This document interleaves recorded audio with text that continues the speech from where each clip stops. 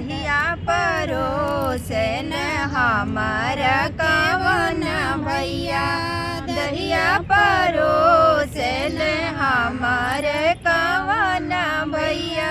ये जी पैंट दो मिला होई जाई जी, ये जी पैंट दो मिला होई जाई जी।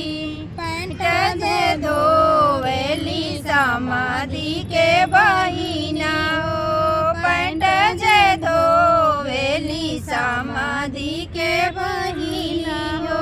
हे जी ऐसन तिलक हरू कहाँ पाई जी, हे जी ऐसन तिलक हरू कहाँ पाई जी।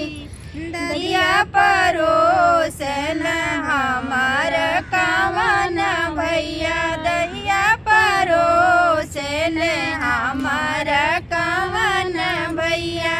ये जी पैंट दो मिला होई जाई जी, ये जी पैंट दो मिला होई जाई जी। पैंट जे धोवेली अगुआ के बहिनी हो, पैंट जे धोवेली अगुआ के बहिनी हो।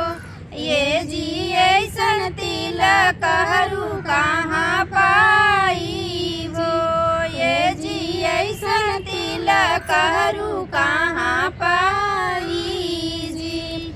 दहिया परोसन हमार कवन भैया, दहिया परोसन हमार कवन भैया।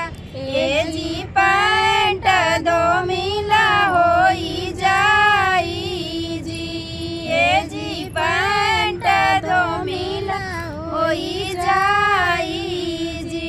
पैंट जे धोवेली नौआ के बहिनी हो, पैंट जे धोले रतियावन के बहिनी हो। ये जी ऐसन तिलक हरू कहाँ पाई जी, ये जी ऐसन तिलक हरू कहाँ पाई जी। दहिया परोसन हमार कवन भैया, दहिया परोसन हमार कवन भैया। ये जी पैंट दो मिला होई जाई जी, ये जी पैंट दो मिला होई जाई जी।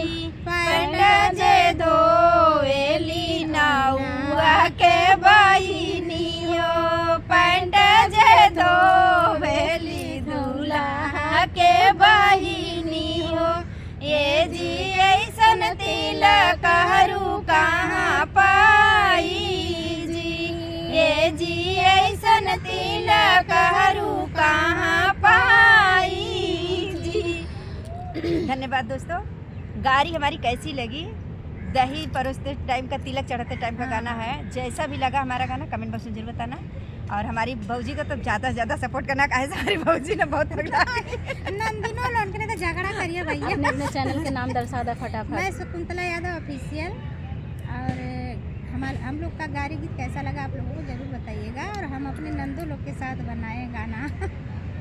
मैं अंशुराज लोकगीत स्वागत करती हूँ आप सभी का अपने यूट्यूब चैनल में। दोस्तों आज हम लोग को लेकर आए हैं बहुत ही बढ़िया तिलक गारी गीत। गाना जैसा भी लगे कमेंट बॉक्स में जरूर बताना। और आप लोग अपना सपोर्ट दीजिएगा फुलवा से। धन्यवाद दोस्तों तहे दिल से। मैं निशा के लोकगीत आप सब लोग को वीडियो को फुल वॉच करने के लिए तहे दिल से धन्यवाद। बस ऐसे ही प्यार दुलार आप लोग बनाए रहिए। हम लोग को आगे बढ़ने का सपना दिखाने का आप लोग का काम है। चलते हैं, बाय बाय।